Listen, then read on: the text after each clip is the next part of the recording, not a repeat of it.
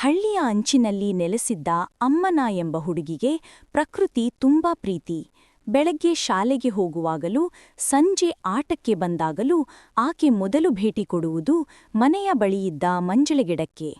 ನನಗೆ ಶುಭ ಕೊಡೋಣ ಎಂದು ಪ್ರತಿದಿನ ಅದು ಮಾಡಿ ಮಾತನಾಡುತ್ತಿದ್ದಳು. ಒಂದು ದಿನ ಹಳ್ಳಿಯಲ್ಲಿ ಬರ ಉಂಟಾಯಿತು.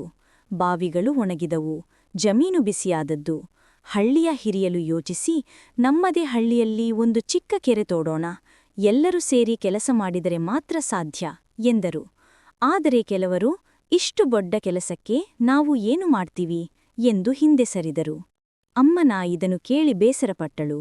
ಮನೆಗೆ ಬಂದು ಮಂಜಳುಗಿಡವನ್ನು ಮುಟ್ಟಿಕೊಂಡು, ನಾನು ಏನಾದರೂ ಮಾಡಬೇಕು, ಆದ್ರೆ ಒಂದು ಚಿಕ್ಕ ಹುಡುಗಿಯಿಂದ ಏನು ಸಾಧ್ಯ ಎಂದು ಕಣ್ಣೀರು ಹಾಕಿದಳು.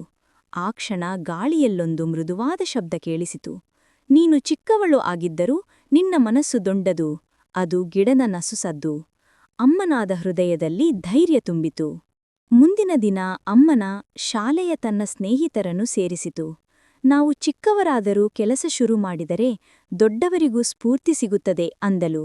ಮಕ್ಕಳು ನೀರಿನ ಮಡಕೆ ತಂದು ಮಂಜಳಿಗಿಡಕ್ಕೆ ಹಚ್ಚಿ, ನಂತರ ಕೆರೆ ತೋಡುವ ಸ್ಥಳದಲ್ಲಿ ಸಣ್ಣ ಕುಡಿಗೆ ಹಿಡಿದು ಕೆಲಸ ಶುರು ಮಾಡಿದರು. ಅದನ್ನು ಕಂಡ ದೊಡ್ಡವರು ನಾಚಿಕೊಂಡರು. ಇವರು ಹೀಗಿರುವಾಗ ನಾವು ಹೇಗೆ ಹಿಂದೆ ಸರಿಯಲಿ ಎಂದು ಅವರು ಕೂಡ ಕೆಲಸಕ್ಕೆ ಸೇರಿದರು. ಕೆಲವು ವಾರಗಳಲ್ಲಿ ಕೆರೆ ತುಂಬಿತು, ಮಳೆ ಬಂತು, ಹಳ್ಳಿ ಮತ್ತೆ ಹಸಿರಾಯಿತು. ಮಂಜಲ್ಗಿಡ ದೊಡ್ಡ ಗಿಡವಾಗಿ ಅರಳಿತು. ಅಮ್ಮನ ಅದನ್ನು ನೋಡುತ್ತಾ ನುಡಿದಳು, ಒಳ್ಳೆಯ ಕೆಲಸಕ್ಕೆ ಚಿಕ್ಕತನ ತಡೆಯಲ್ಲ.